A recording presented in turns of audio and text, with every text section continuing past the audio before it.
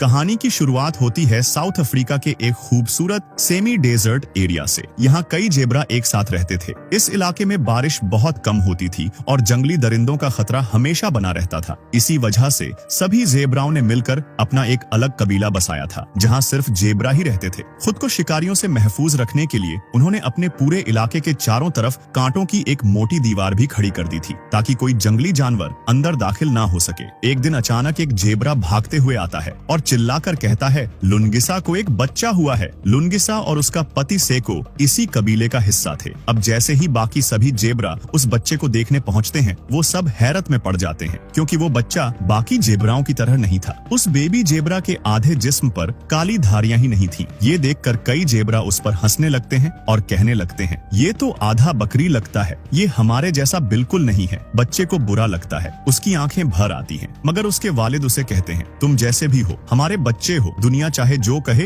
हम तुम्हारा ख्याल रखेंगे। यहीं पर लुनगिसा उस बच्चे का नाम खुम्बा रखती है। खुम्बा का मतलब होता है कभी हार न मानने वाला। अपने नाम का मतलब सुनकर खुम्बा के चेहरे पर पहली बार मुस्कान फैल जाती है, लेकिन वहीं कुछ जेब्रा फुसफुसाते हैं, ये बच्चा मनहूस है, इसकी वजह से कबीले पर आफत आई है। कुछ और कहते हैं, इसके आधे स्ट्राइप्स का मतलब है कि ये शैतान का अवतार है, बारिश इसी के कारण रुक गई है, इसके पैदा होते ही हमारा तालाब सूखने लगा। यहाँ हमें पता चलता है कि यह कबीला कभी अपने इलाके से बाहर नहीं जाता था। बाहर शेरों, चीता और लकड़बग्घों का खतरा था। उनके लिए एक छोटा सा तालाब ही पानी का अकेला जरिया था और उसी के सहारे उनकी जिंदगी चल रही थी। मगर इस बार गर्मी इतनी बढ़ चुकी थी कि तालाब तेजी से सूखने लगा था। इसलिए कबीले में फैसला लिया गया कि अब सभी जेब्रा दिन में सिर्फ एक बार पानी पिएंगे, ताकि तालाब कुछ और दिनों तक चल सके। समय गुजरता गया, गर्मी बढ़ती गई, पानी घटता गया और हर सूखे दरार के साथ कबीला खुम्बा को ही कोसता रहा। एक दिन खुम्बा पानी पीने तालाब पर जाता है, जहाँ बाकी जेब्रा उसे देखकर चिढ़ाते हैं, देखो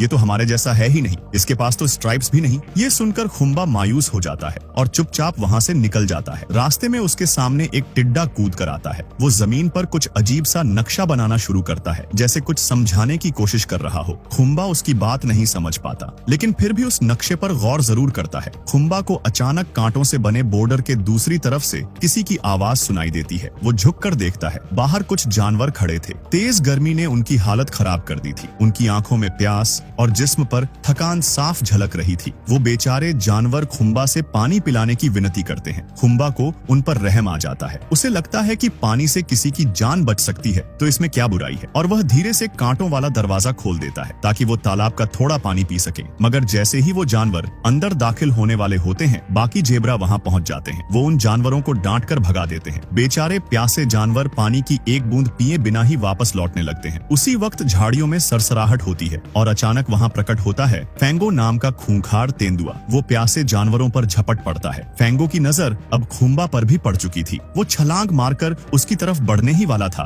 कि तभी खुम्बा के वालिद तेजी से दरवाजा बंद कर देते हैं। फेंगो की टक्कर कांटों से होती है और वह गुर्राता हुआ पीछे हट जाता है। इसके बाद पूरा कबीला खुम्बा पर टूट पड़ता है। उन्हें लगता है कि आज उसी की वजह से फेंगो अंदर आने वाला था और सबकी जान खतरे में पड़ सकती थी। खुम्बा चुपचाप गम में डूब जाता है। उसे अपनी जगह खुद ही गिल्टी महसूस होने लगती है। वो कबीले से दूर जाकर अकेले बैठ जाता है, खुद से नाराज। उसी दौरान उसकी माँ उसके पास आती है। बेटे के चेहरे पर उदासी देखकर वो उसे एक पुरानी दास्तान सुनाने लगती है। वो कहती है, हजारों साल पहले यहाँ सिर्फ जेब्रा रहते थे। उनके जिस्म पर कोई काली धारियां नहीं थी, लेकिन एक दिन एक जेब्रा को खेलते खेलते एक जादुई तालाब मिला। उस तालाब में नहाते ही उसके जिस्म पर काली स्ट्राइप्स उभर आईं। फिर धीरे धीरे बाकी जेब्रा भी उसी तालाब में उतर गए और सबके जिस्म पर वही धारियां बन गईं। कहानी सुनते सुनते खुम्बा की आंखें चौड़ी हो जाती हैं। उसे कुछ याद आता है। वो फौरन वहाँ से उठकर उसी नक्शे की तरफ भागता है जिसे वो टिड्डा पहले जमीन पर बनाकर गया था। खुम्बा को यकीन होने लगता है कि वो नक्शा दरअसल उसी जादुई तालाब का रास्ता दिखा रहा है। नक्शा देखकर खुम्बा के दिल में पहली बार उम्मीद जगती है। शायद वो भी बाकी जेब्रा की तरह बन सकता है। शायद उसके जिस्म पर भी पूरी काली स्ट्राइप्स उभर आए। शायद उसे भी कबीले में कबूल किया जाए। वो अपने सफर का इरादा करता है, लेकिन उससे पहले आखिरी बार माँ को देखने जाता है। मगर वहाँ पहुँचते ही खबर मिलती है, उसकी माँ अब इस दुनिया में नहीं रही। खुम्बा की दुनिया एकदम उजड़ जाती है। माँ के जाते ही उसका दिल भर भरा कर टूट जाता है, लेकिन उसका कबीला बेदर्द था। वो इस मौत का इल्जाम भी खुम्बा पर डाल देता है। मनहूस, तेरी वजह से तेरी माँ भी चली गई। इतना दर्द, इतनी तौहीन और इतने इल्जाम। खुम्बा आखिरकार अपने कबीले को छोड़ देता है, दिल में माँ का गम और दिमाग में वही मैप लिए। वो उस जादुई तालाब की तलाश तलाश में निकल पड़ता है। सफर शुरू होता है। रास्ते में उसे एक लोमड़ी मिलती है, चालाक, शब्दों का जादूगर। उसका नाम स्काल्क था। स्काल्क उससे कहता है कि वह उस जादुई तालाब का रास्ता जानता है। भोला खुम्बा उसकी बातों में आ जाता है और उसके साथ चल पड़ता है। कुछ दूर चलने पर उन्हें दो और जंगली जानवर मिलते हैं। एक का नाम था मामावी, तगड़ा, ताकतवर और बहादुर, और दूसरा था एक शुतुरमुर्ग, तेजी से भागने वाला मगर दिल का नरम। स्काल्क इन्हें देखकर डर जाता है। उसे लगता है कि इनके रहते वो खुम्बा का शिकार नहीं कर पाएगा, इसीलिए वो फौरन अपनी टोली को बुलाता है ताकि सब मिलकर इस तिकड़ी का शिकार कर सके।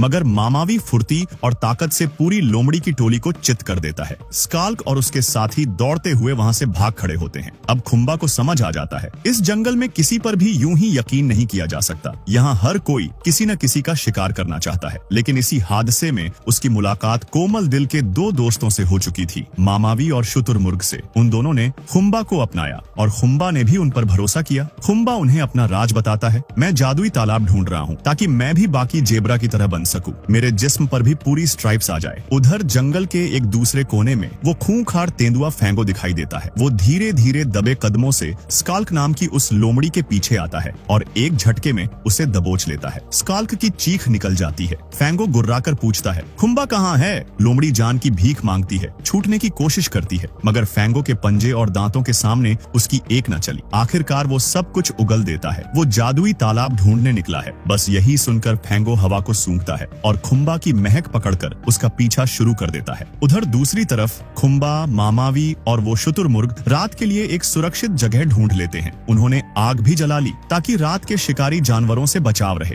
और डर की इस लंबी रात में थोड़ा सुकून मिल सके। सुबह होते ही खुम्बा नक्शा बताता है। 3 ऊंची पहाड़ियों के पार उस जादुई तालाब को ढूंढने का पहला संकेत है। मामावी और शुतुरमुर्ग उसके साथ सफर पर निकल पड़ते हैं। इधर कबीले में हलचल मची थी। खुम्बा के वालिद उसके गायब होने से बेचैन थे। जब वो तलाश में निकले तो उन्हें 2 सेट पैरों के निशान नजर आए, एक खुम्बा का और दूसरा फैंगो का। ये देखकर उनका दिल बैठ गया। उन्हें लगा फैंगो ने खुम्बा को मार डाला है। कबीले में लौटकर उन्होंने जब ये बात बताई तो वहाँ कुछ जेब्रा खुशी मनाने लगे। अच्छा हुआ वो मनहूस मर गया, अब शायद बारिश हो जाए। ये सुनकर एक छोटी जेब्रा टोम्बी तपाक से बोल उठी, ये कैसी बात कर रहे हो डैड? वो मेरा दोस्त था। उसकी आंखों में इल्जाम नहीं बल्कि एक दोस्त के लिए सच्चा दुख था। दूसरी तरफ लंबा सफर तय करने के बाद खुम्बा और उसके दोस्त आखिरकार उस तालाब तक पहुंच जाते हैं। खुम्बा के चेहरे पर पहली बार उम्मीद की चमक दिखती है। सबसे पहले शुतुरमुर्ग तालाब में कूदता है। वो बाहर आता है मगर उसके जिस्म पर कोई स्ट्राइप्स नहीं बनती। खुम्बा के दिल में एक ख्याल आता है, शायद ये जादू सिर्फ जेब्रा पर काम करता हो। वो भी पानी में उतरता है, लेकिन पानी से बाहर आते ही उसका चेहरा गिर जाता है। जैसा उसने सोचा था वैसा कुछ नहीं हुआ। उसके जिस्म पर एक भी नई स्ट्राइप नहीं बनी। पास खड़े कुछ जानवर जोर से हंसते हैं, अरे